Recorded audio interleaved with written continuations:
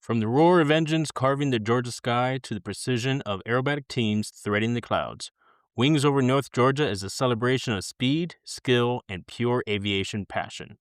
This year, the skies came alive with the U.S. Air Force Thunderbirds, vintage warbirds, high-performance jets, and breathtaking aerobatics, all captured through the lens of acclaimed aviation photographer David Robinson. In this episode, we go behind the camera and the flight line, reliving the moments that made the show unforgettable. The heart-pounding passes, the smoke trails, the crowd reactions, and the artistry of flight frozen in every frame.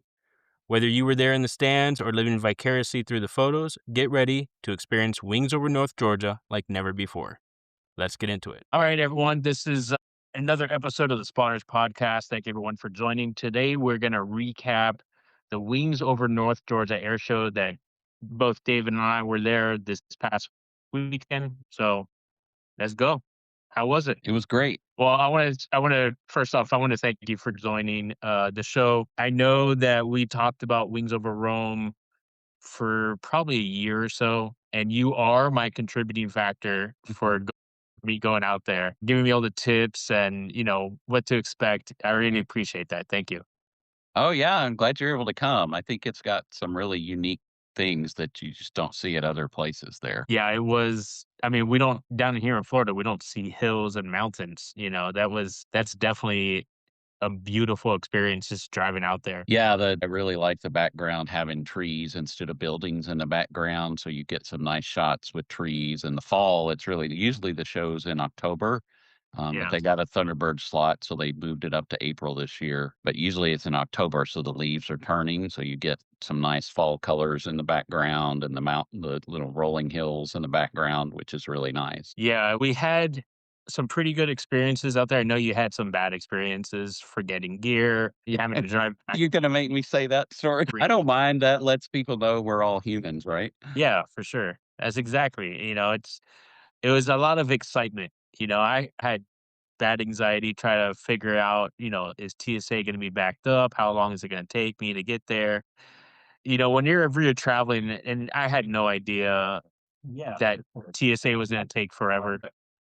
TSA out of Miami took about an hour at 3 o'clock in the morning. So not fun. TSA coming back from Atlanta took all of 5 minutes. And it was really run by ICE for the most part, taking your ticket or, it's like the easiest thing in the world. So I don't know what the difference.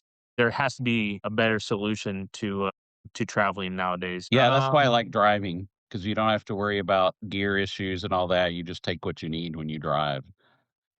Yeah, for me, it would have been a 9 or 10 hour drive up there.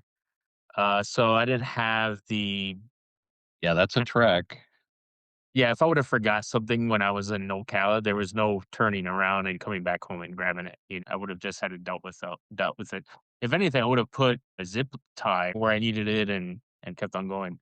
But maybe now I should have a side kit for all the camera bits and bobs and all that good stuff.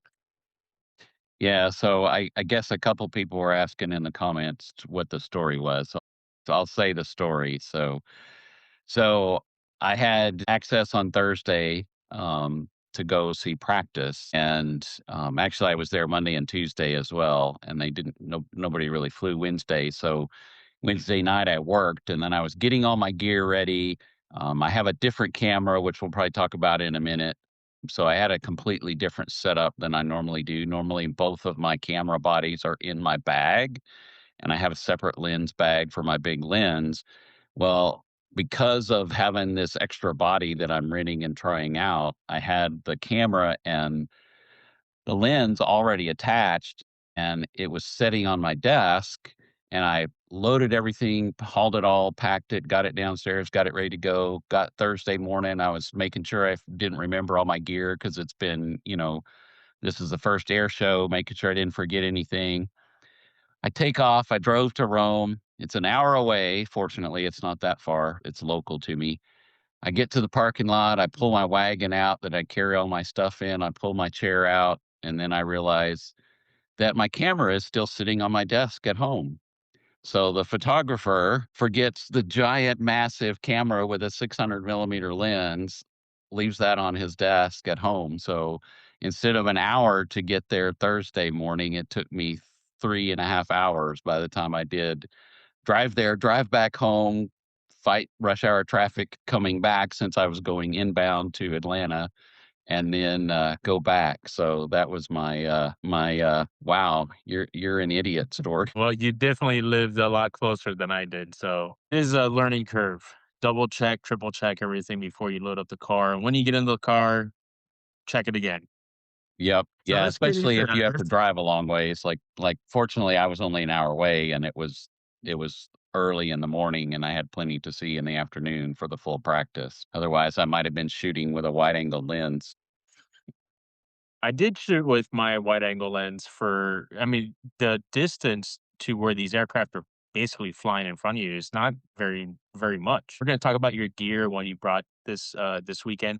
I did look at your screen and the jets are literally right in your viewfinder.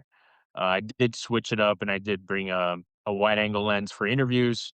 And I did shoot with that for probably one or two shots, and then I was like, okay, that's good for wide angle, get the crowd photos, but I want to get those close up shots.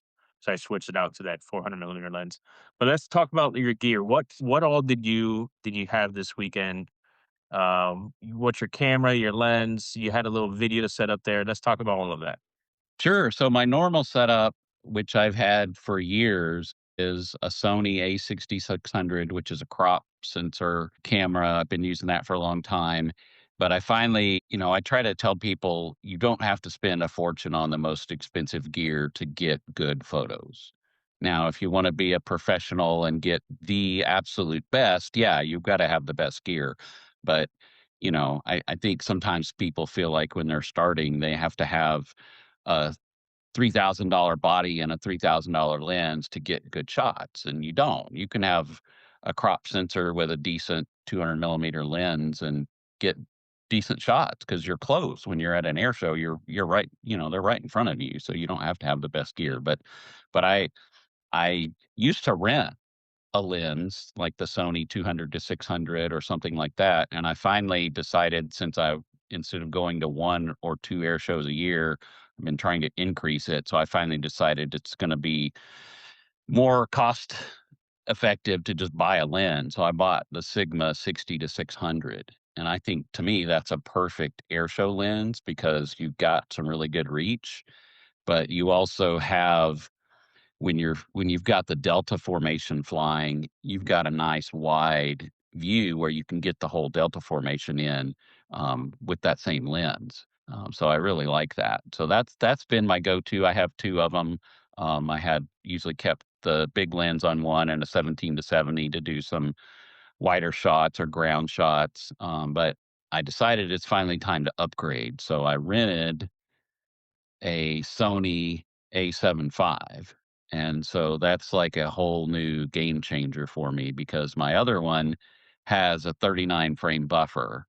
And it does 11 frames a second. The new one with my Sigma lens, it'll do 15 frames a second, but it has basically you can press the shutter down until you fill the card with the fast CF Express card.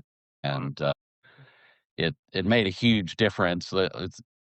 It's going to change how I have to think about things because I have 27,000 pictures that I took from the 5 days I was shooting, and that's kind of overwhelming to try to process to go through all those, so I gotta figure out a better way to deal with those, but, that's what I have. So my video setup, I have this big Sigma lens, I've got a really nice heavy tripod with a heavy fluid motion ball head, and then I have an external mic and an external video monitor for that.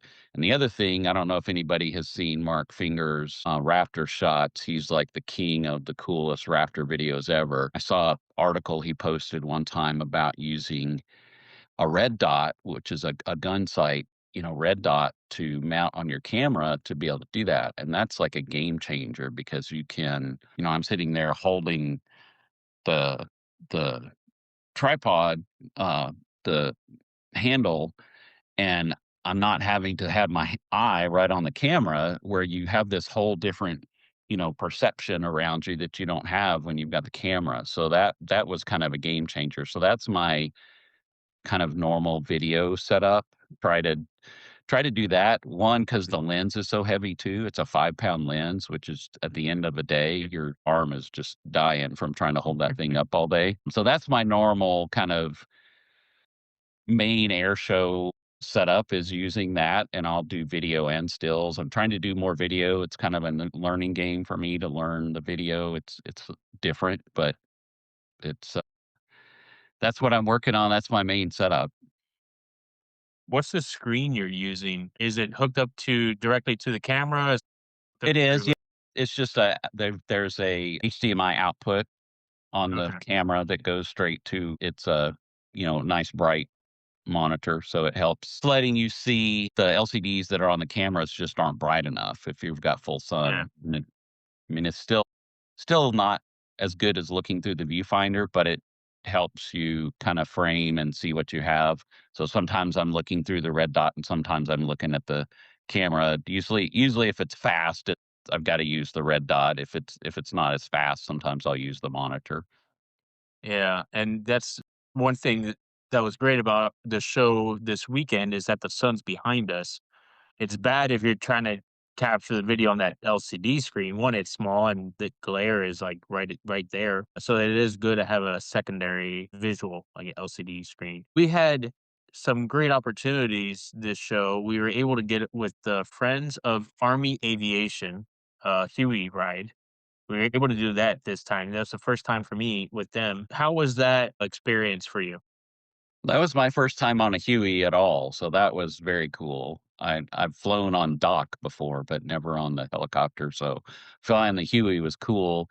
You were smart enough knowing have to do it before not to be in the downwash, so being right on the door with the downwash from the blades is, my video is it's like, wow, bouncing all over the place, kind of unusable video, but it was very cool. It was fun. It was a neat perspective and a neat view. That was a lot of fun to do it, and, I love that there's those organizations out there that are, keeping these things flying that, Yeah. people get the opportunity to. I love stories, people come up and like, "Yeah, I used to fly these," and, it's neat hearing all those stories from people and them being able to kinda see something that they probably won't have a lot of chances to see in the future. Yeah, that's for sure. And we did have a few warbirds out there. At the show, we had the C-47. It was like a display static. We had the Yak 52 that Buck Roatman was flying in. We had Jive flying the T-28 Trojan. We had the Huey for sure. Let's Yeah, and see, there what was else a did we Yeah, we had the Tuskegee Airman P-51, and then we had the Old Crow P-51 Yep. right next to the C-47. So it was pretty cool. Our media contact Brenda said it the best when she said it's a small town in a big air show. Because now the town of Rome has had the opportunity to upgrade the runway that was there to allow these 16s to come in from the Thunderbirds. So Yeah, they've or you didn't have that. yeah, they've flown there, several times, but never been able to stage. They always had to stage out of Dobbins Air Reserve Base, which is just a little ways away. So being able to have that, see the crew there, see the maintainers, have them do their pre-checks and all that, that to me is a huge part of the Thunderbirds and the Blues show. The Blues have been able to do that because they can land the F-18s on the shorter runways. This was the first time the Thunderbirds were able to stage there, so I got that was actually oh, I went out there Monday. I got to see Raz come in and be the first Thunderbird to land in Rome, so that was really cool to see that, That's cool. and, having that extended runway was really nice. I think people were really excited about that, just being able to see that other part of the show. Yeah. What was your first reaction walking onto the flight line of the show this year? Well, I think there was just more excitement than has been, partly because last year was a little bit of a downer with all of the military being canceled and the Blues didn't get to come. So people seem to be I'm pretty excited this year. I mean, obviously, I've been to this show several times since it's kind of local to me, so it's familiar. But the layout kind of changes. Like this show, they really try to do a really good job of making sure they can put on the best show possible. Pre-COVID, the layout was a lot different. During COVID, they were one of the shows that actually did a drive-up air show. So in 2021 and 2020, they did a drive-in air show where they basically sectioned off sections and you got to do an air show, even during COVID. So that was, neat. And now the layout, since that's not happening anymore, the layout's a little different again. So they're always trying to improve things and make it better. Yeah. Yeah, it was it we did a few air shows during COVID down here in South Florida, like, Sanford had an air show. There wasn't very much, social distance. These people were on top of each other trying to get a good spot. So it's good that I mean, a drive-in air show, it's like a drive-in movie. You just hang out in your car and you watch it from the windows and pretty fun. It was, and that's What was actually my very favorite Blue Angel shot that I've shown on social media a few times, which is of them taking off with a lot of vapor and the crew with their truck standing right in front of it. That shot was actually from that show, the 2021 show. Yeah, awesome. I see Liz commenting here. Thanks for sharing your knowledge and curiosity. It's always a pleasure to share knowledge and curiosity. Curiosity in aviation, we have that pretty much every day. That the people that go out there and take pictures and love the aviation. A lot of people don't like the aviation because it's a war machine and all that. For me, it's the engineering aspect of it. How are they flying this thing so fast and maneuverable, and to see the warbirds and the aerobatic planes and the fighter jets all in one place, you can't beat that. Yeah, it's really great. And even Korean War hero in their narration, they talk about this is not celebrating war and what they're doing. It's giving people a look into history and the stories behind that, which I think Yeah. is really important. Yeah, honoring those that gave it all and flying this aircraft. What was your biggest challenge you faced covering the event this year as a photographer, besides leaving your camera empty? Yeah, yeah, that one was fun. Um, well, Saturday was the challenge for sure. It was great weather Thursday and Friday. Thursday practice, full show. Friday night show. Saturday originally was rain in the forecast, and then it was like, oh, there's only like 20% chance of scattered storms.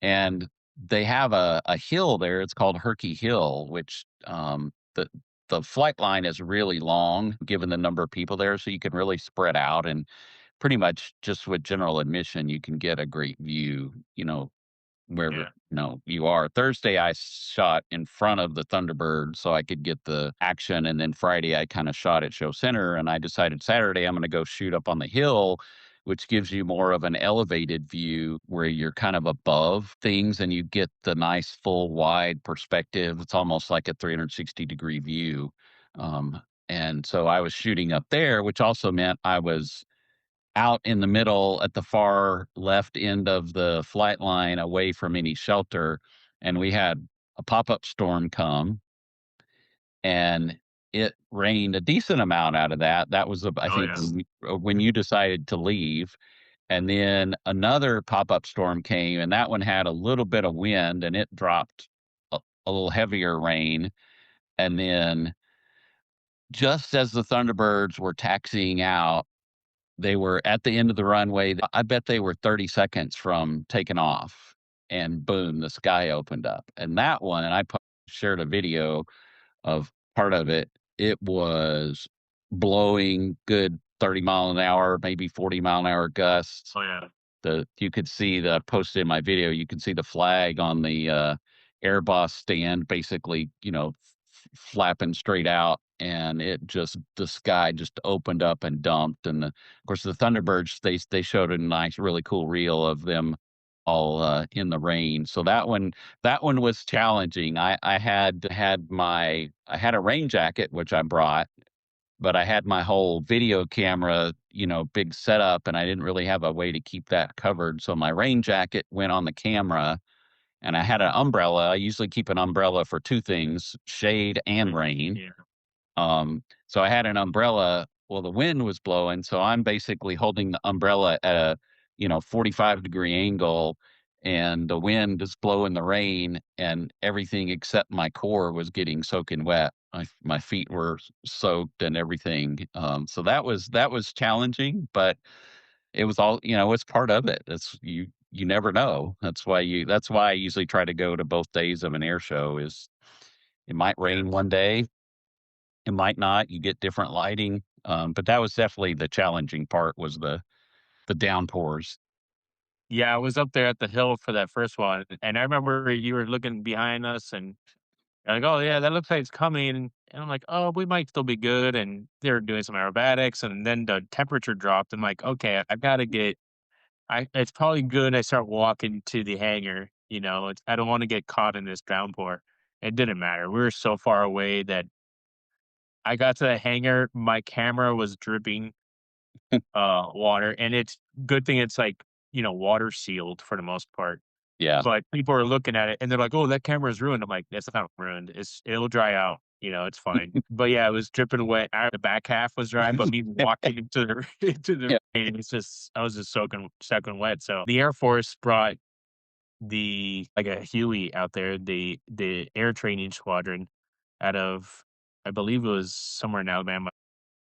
I can't remember their squadron right now for the life of me, but I went in there and I said, "Hey, do you have any, 2X shirts?" And they're like, "Yeah, we got one left." I'm like, "Perfect. That was for me."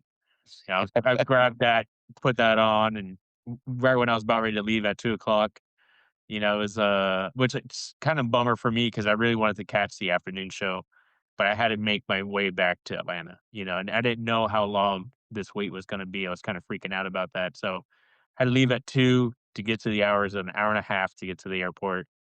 And, when I was leaving at 2, here comes another rainstorm. I'm like, "Okay, I guess I'm just gonna wait a bit, and wait till it finishes out." But how is the what is your how's your plan when a unexpected weather come up? Do you just kinda hunker down, wait for this rain to pass and, you know, It kinda take depends. Like, pictures? I went to Terre Haute a couple years ago to see the last A-10 demo. That was kind of the closest one that I was gonna be able to see of the last A-10 demo team flying, and we had rain there as well.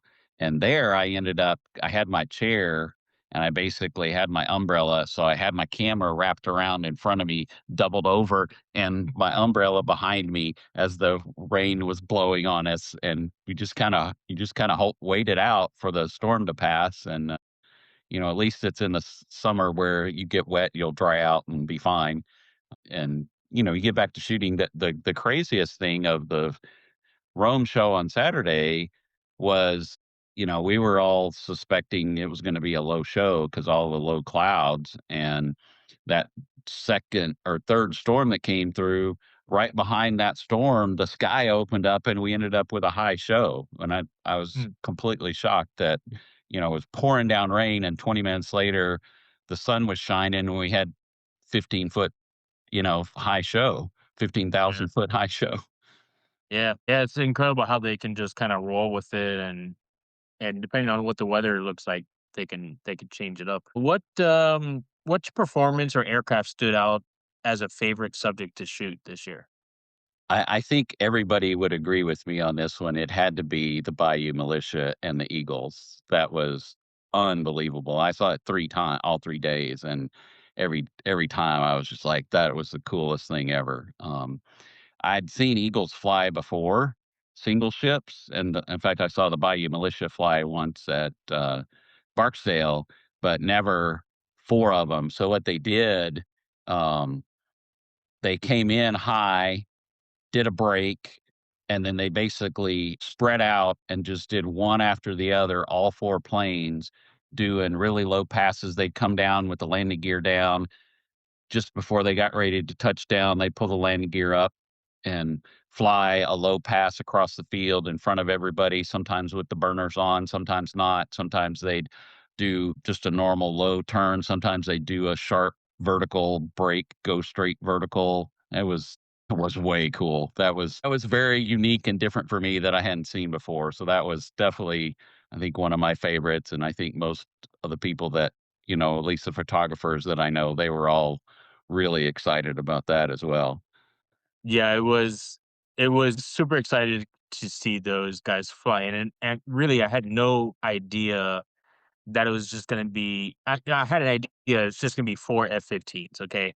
But the real surprise was that they brought a Massachusetts, um, a tailplane, the MA with the God, what, 104th, I believe it is, fighter wing. They brought that bird that's now been replaced for something else. They brought a Florida F-15 that's been replaced for fives. So it was cool to see these other planes that have literally disappeared at their home station to be flown with the Bayou militia, and they're flying it literally like they stole it. Yeah. They come down for that low pass, like a missed approach, and yeah, they would on Saturday, it looked like the plane would get lower and lower. They're trying to, like, beat the last pass.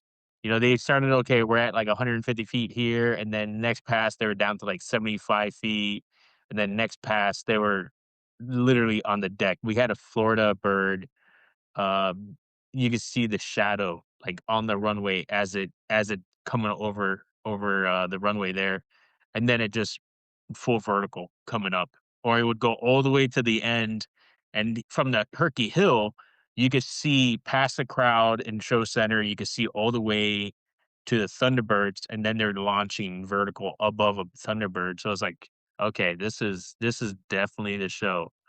And from Yeah. the hill, you're at eye level with these F-15s. Uh, Exactly, yeah. And that's one of the neat things about that hill is being out there where you're kind of, you know, you can almost, especially if they're doing low passes, it's almost like you're above the planes, which is way cool. yeah, that was definitely exciting. I'm gonna post some of those photos tomorrow. Is there any moments that you didn't expect to capture a good photo, but you really did, and you're happy that you took a chance on it? I did. I saw one that was kind of an accident last night, which I was actually really happy with. That it's kind of a unique shot that I haven't had before. So when the Thunderbirds do their pass, and the diamond's kind of off in the distance, and the solos come across from behind to join up to form the delta, they flew right over the top of us, and I've got a shot of them basically stacked on top of each other from behind, which I've never had that perspective before. So I was really happy to see that one when I was skimming through the images last night. I was That's like, "That's cool. I didn't even realize I had captured that." so this year we had the Thunderbirds. How did you capture their images? What techniques did you do differently than what you did with the Blue Angels? Well, I was trying to learn really with the newer options that I have. The new camera that I'm renting has pre-capture and it has faster frame rate, so I was trying to kind of experiment with that and see. That was really some of the things that I was trying to learn with that is being able to get the some different I was hoping I would get a little faster. 15 frames a second, it can do 30 if I've got a Sony lens. So that'll be my next thing is do I want to try a native Sony lens with it just to get 30 frames a second? Because you wouldn't, people that see aviation photography and you're like, you push that button and it just goes brrr, and you're always gonna get the perfect shot, but even at 15 frames a second, what people don't realize is unless you timed it perfect of hitting the shutter button at the right millisecond, when they're doing the solos or doing that cross, I can't tell you how many shots I have of this and then of this, where it's not the shots right where they're next to each other, it's the frame Yeah. before and the frame after that I captured, so I'm hoping that I'll be able to get some more of that with the newer body. Yeah, definitely. Having that quicker frame rate, you could get split second shots, over in Miami Beach. So Liz just mentioned that as a child, we always see the Blue Angels at Opelika. The Blue Angels, the Thunderbirds, the air show performers for the Miami Beach Air Show still depart out of Opelika.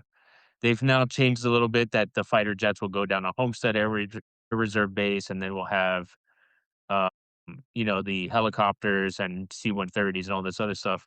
But having that rapid shutter, that high frame rate can be the difference of capturing that vape and missing it, Yes, you know? definitely. I have It's an over. interesting vape story for that, so not from this show, but this is another oops photographer moment. So I was at the Augusta Air Show and the Rhino demo team, or no, the Growler demo team was there, and they were making some of this high speed passes, and it was a little humid, and I was set up the pan, and I had forgotten that I had switched it to single shot to do something earlier, and so I'm going along and click, one single frame, and I happened to be the luckiest shot ever because that was when there was vape. So Wow.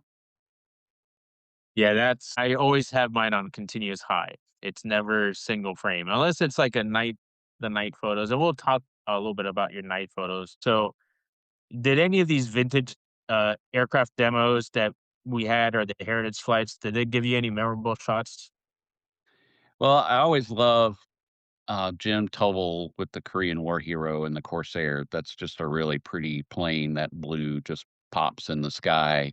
That's one of my favorites, and Jive with the T-28 um, is another one. One of the things that was cool that I learned about Jive is Lunar was talking about during the narration. He's the only person certified to fly a demo of an F4. And so Yeah. he's actually going to be the F4 pilot when they get the F4, you know, get their maintenance issues fixed when that's flying. He'll be the pilot for that. That was just a neat add-on because I didn't realize that. Yeah, that was interesting to hear also. I mean, I'm definitely looking forward. Hopefully it flies sooner than later. But maintenance, these are old airplanes. Even though that the F4 Corsair is probably older than definitely older than the Phantom. I can't imagine where you would get parts for a Phantom besides trying to buy them back from the Marines at the graveyard in Arizona. So it's definitely harder to get parts for those aircraft. Yeah, and Scooter was supposed to be at this show, but he couldn't. Apparently, he was having some maintenance issues as well, so Mhm. he ended up not being able to come. Because usually the two of them fly. One of my favorites is they will fly what they call the class of 45. So you get Scooter and Quicksilver, P-51 flying with Jim Tobel's Corsair, and they do a nice show with the two of them flying in formation, and they actually, I'd found this out earlier this year. They actually created that at the Rome show. So they Yeah. actually came up with that act here at the Rome show. Yeah, I did have some time to talk to Jim Tobel, and he did mention that. And that's I got a few interviews with Jim, Jive. I was hoping the Bio Militia was there, but they didn't land there. Let's see. Who else did I interview?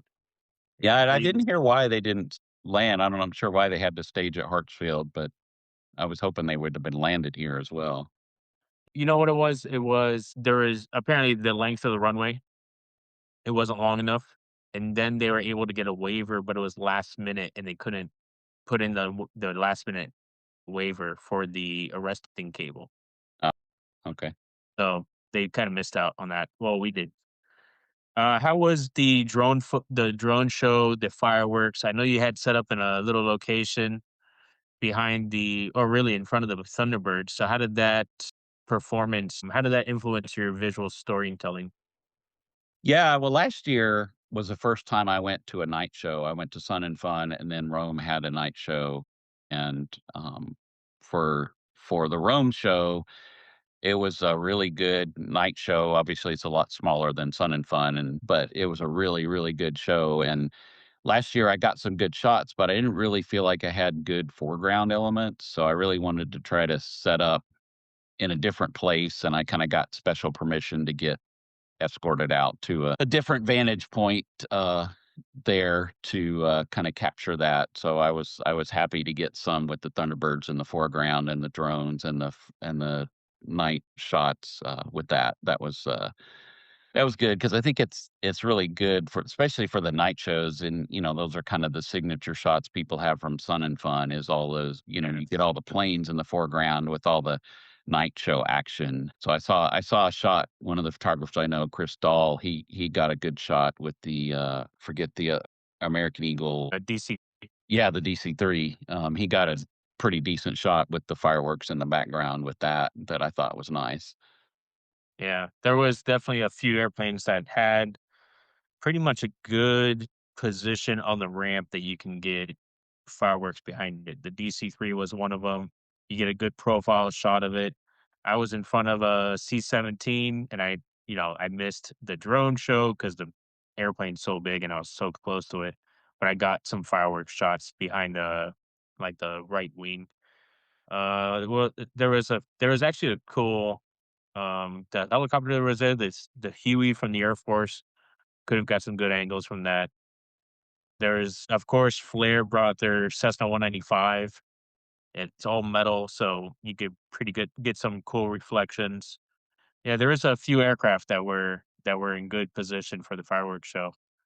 What settings were essential for that for the fireworks? Like, do you have any good tips for catching fireworks behind aircraft? Well, I mean, obviously, you want to do a little bit of a long exposure, a couple 3 seconds, 4 seconds, depending on kind of what your personal preference is. Um, you got to have a tripod because you can't really do those handheld very well. So you've got a good still shot. I actually put for some of it, I haven't even looked at all of them yet, but I was trying to shoot with both cameras, so I put one on a tripod and I turned on the interferometer and just started having it take a picture, constantly with the same frame, hoping to get different views of the fireworks. That's kind of another way you can kind of capture those.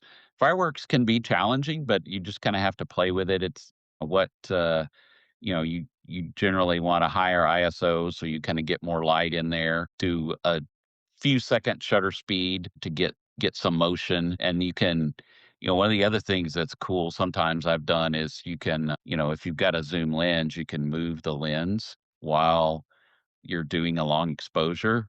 Well, I've done a lot of that doing cityscapes but you could do it with fireworks too. You can kind of zoom in or zoom out while you're doing that exposure, and you get this really neat effect with it as well if you kind of want to do something kind of artsy and creative. Yeah, I like the streaking effect. Yeah. I'm looking at my settings that I had for I mean, we have thousands of photos, you know what I mean? So I just scroll through. This is like photo, 2000 or something. It's a C-130 with the Ghost Rider air show flying right behind, did a low arc.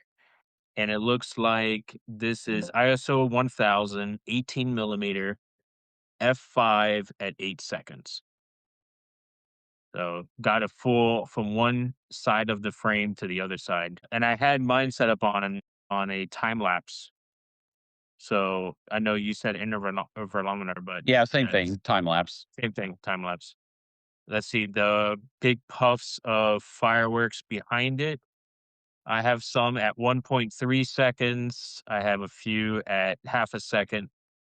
And they're kind of like all switched up. And the fireworks show is pretty long. It's not like it's, a few minutes. Normally a pretty long end of the night thing. It's probably gonna take 5-10 minutes. I know last year for Sun and Fun, I ran to the A-10s, the F-18s, the F-35, the Aviate Harrier. I went to all of these planes because there was that much time and just set up the tripod and run around. So yeah, just play around with the settings. Did you try any new techniques or angles this year besides Turkey Hill? Yeah, well, one of the things that I guess I'll say I failed at again was I bought a a neutral density filter for my big lens, a 105 millimeter neutral density filter, because I really would rather shoot at f8 rather than f22, so you get a little sharper image and you don't have, every minuscule dust spot showing up when you're shooting at f22. And I completely forgot about it for most of the show. I had it in my bag, and I got to the end of the day and I went, I was going to use that to get some some better prop shots and try that, and I completely forgot about it. So that was,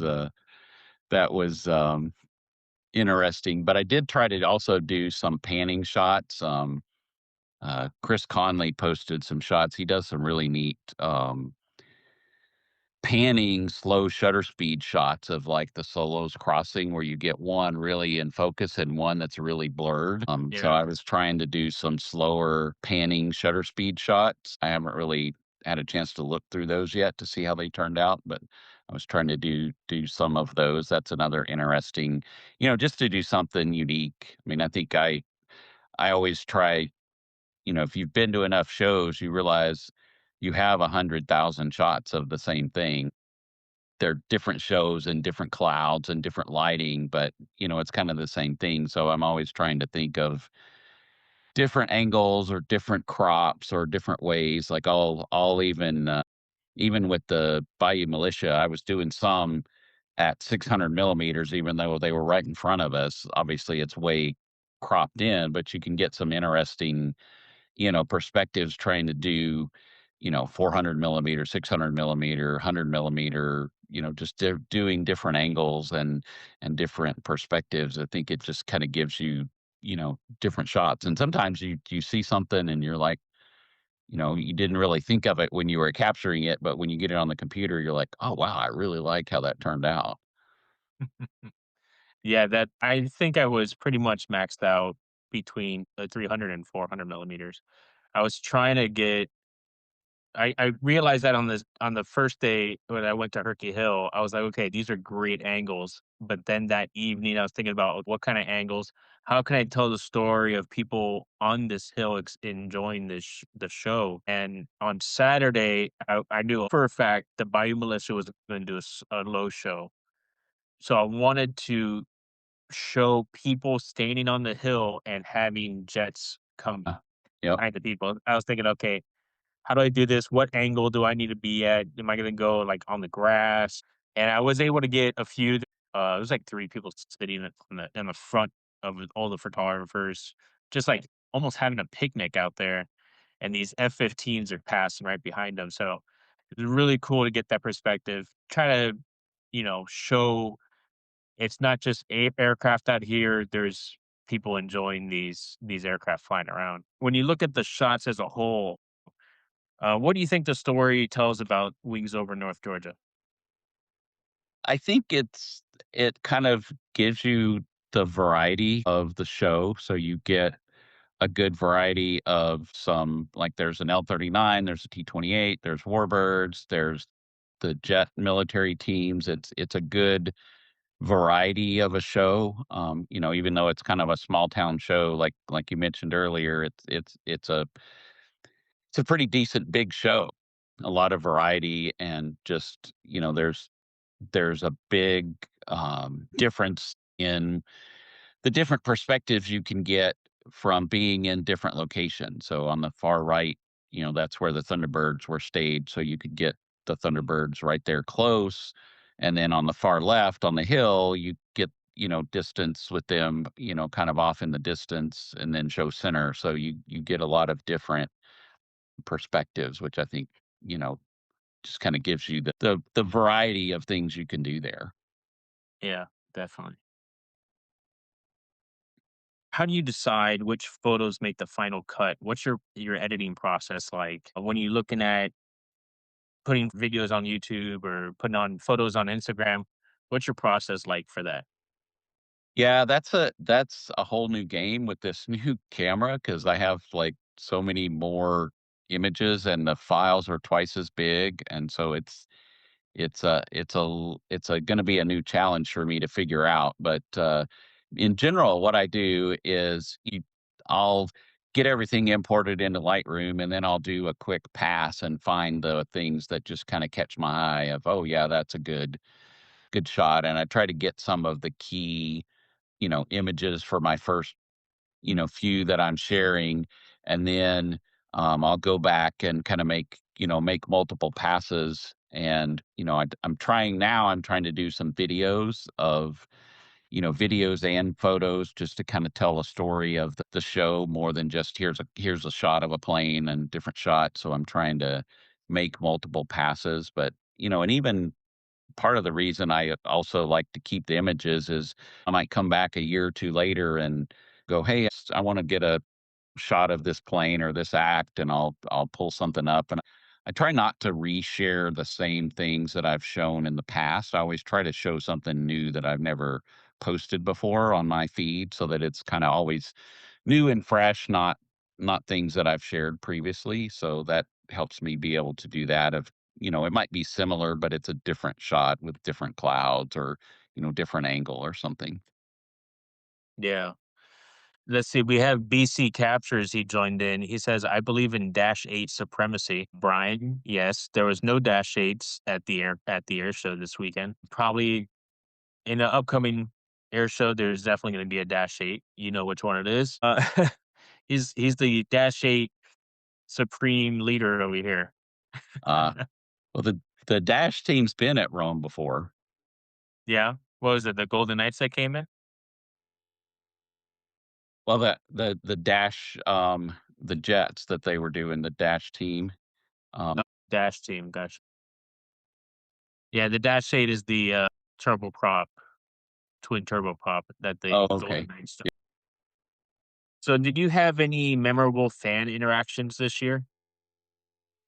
I one of the coolest things I got there early Saturday morning, and um, there was already a huge line. Everybody was loving being able to tour the C-17. So there was a huge line stacked up of people waiting to get on the C-17, and I was walking along the fence, which is the far edge of where you can go, and right in the background in the distance is where the Thunderbirds are, and there was this little kid with his mom, and he had this plastic scooter that he was, scooting around on, a kind of a trike with three wheels that he was scooting around on. He had a hat, and was just a really cute little kid. And so I stopped and I asked the lady if she would mind if I took a picture, and she was like, "Yeah, sure, that's fine." And so I have a shot of the little boy on this trike looking at me with kind of a serious face of like, what's this person in front of me? And then he's sitting on the line of the taxiway going all the way out to the Thunderbirds. So I've got a nice leading line going straight to the Thunderbirds in the background. So that was a neat one for me, with seeing that. Yeah. I know I had a few people mention your name, saying that you were the cause of me coming out to the show, and it's true. It's true. You did influence me coming out. So people who weren't at the show, what do they hope they feel when they see your images? Well, I hope they just kinda get a sense of the excitement of, what it's like to be at an air show, what it's like to see the different types of planes. Obviously, everybody loves the headline act of the military, whatever the kind of key military planes are, but also that there's lots of other things. So, it's kind of a good family friendly outing that, everybody should be able to enjoy, young and old, and just get the variety of different things that are there. Yeah. Looking back at your shots this year versus past editions, how do you think your approach was with your storytelling and how you've processed the images so far? Well, I think I've started to try to do a little more of a story rather than getting the shot, get the vape shot or get the sneak pass shot. And, I feel like I still want to capture those, but I feel like I kind of am trying to lean more towards what's the story of the show, and the stories behind the scenes, or the stories of the pilots, or get a little more, tell Background. more of a story and background, and kind of what's an air show about rather than just pictures of planes. Yeah.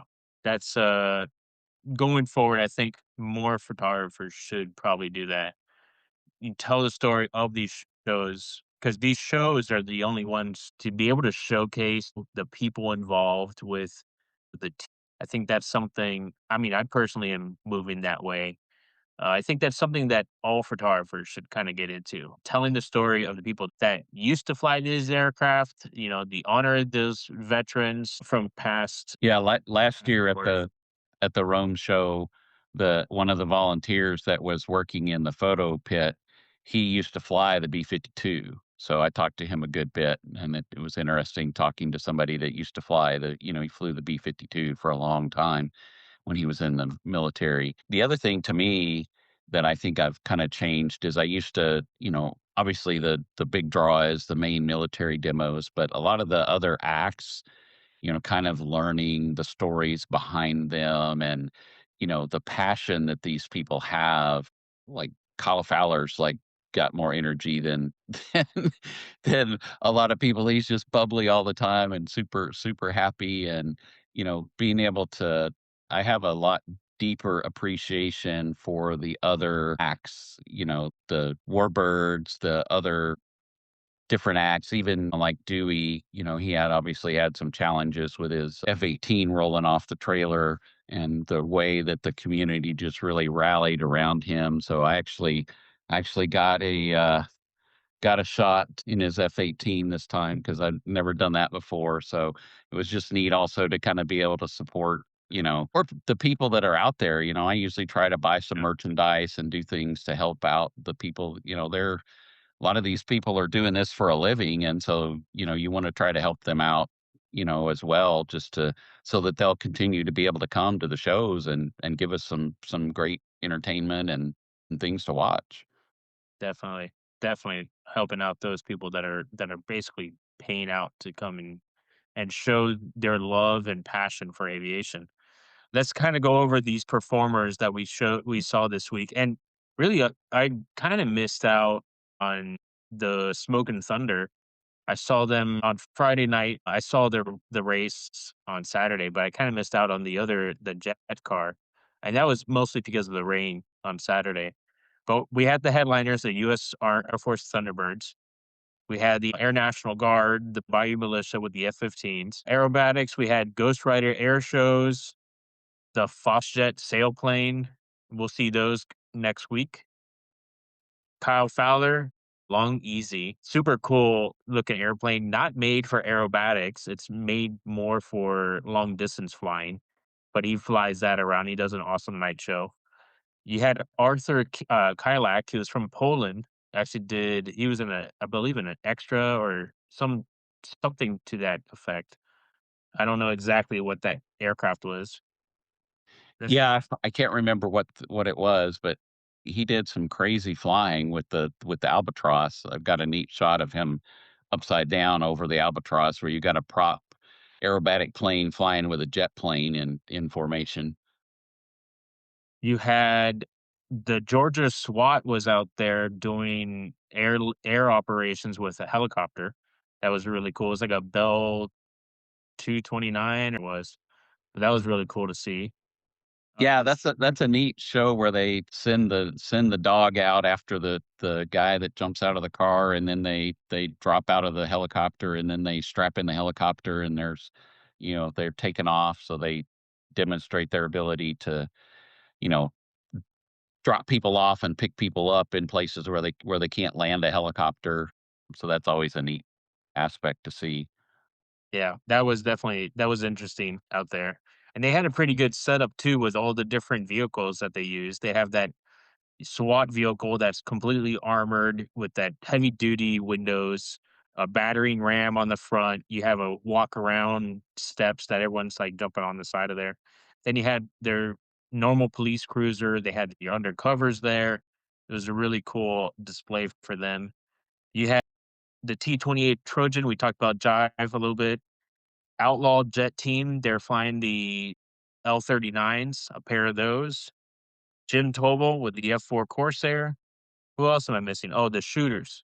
The Shooters flew in. They're a veteran parachute, paratroopers, and they flew in the flag and that special year 76 flag. That was pretty cool. It was a really good air show Yeah, and for a Buck small night. Rotman had his new, Oh, that's right. plane instead of the yellow plane. He had the, Yak plane. Yeah, yeah, the Yak 52. He has also the yellow plane, I believe it's a pit special. Yeah. So Yeah, he announced last year that that was his he was gonna start flying the new plane instead for shows, so that was his I think that was his first show showing the new plane. yeah. So in closing here, what are you most excited to cover for the next Wings Over North Georgia? Um, I really wanna try to get more behind the scenes things next time, so maybe get some more try to get more stories of the performers and things like that. That's kinda what I'm hoping to be able to do next time. All right. Looking forward to that. I'm definitely gonna to come back. Alright.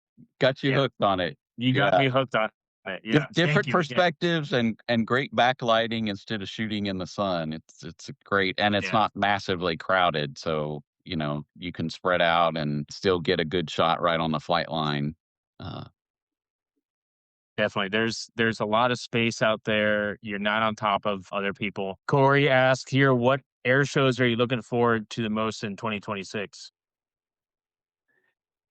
I'm going to Sun and Fun next week, so that'll be my second time to go there. That's an interesting one. I'm gonna go to the St. Louis Air Show this year for the first time. Pretty good lineup there. Get to see the Canadian snowbirds. You don't get to see those very often in the Yeah. States. So they've got a good lineup. And also I'm hopefully, since it's at a military base, we'll see what happens with what's going on in the world. But both the Blues and the Thunderbirds are supposed to be at NAS Jacksonville, so I'm going to try to go to that as well. Very cool. Yeah, for me, I got the rest of my shows this year in Florida. This weekend I got Cocoa Beach. On Saturday, I have Sun and Fun all next week. In May, I have Fort Lauderdale, Vero Beach, and the Miami Beach Air and Sea Show. And then I take a break, which it's gonna be needed after back-to-back air show weekends to basically process the thousands and thousands and thousands of photos that we're gonna have. And then in October is NAS Jacksonville with that dual fly over the Blues and the Thunderbirds. I'm definitely gonna go to that. And then closing out with Stewart in November.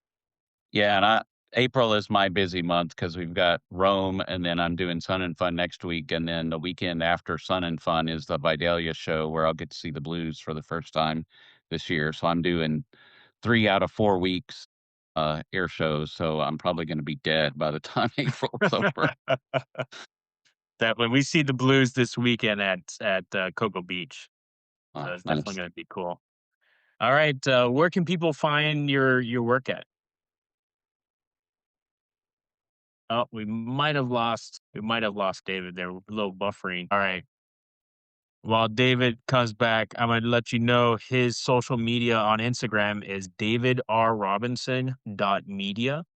You can find his photos there from Rome Air Show, along with everything else that he's captured over the his webpage is davidrrobinson.com.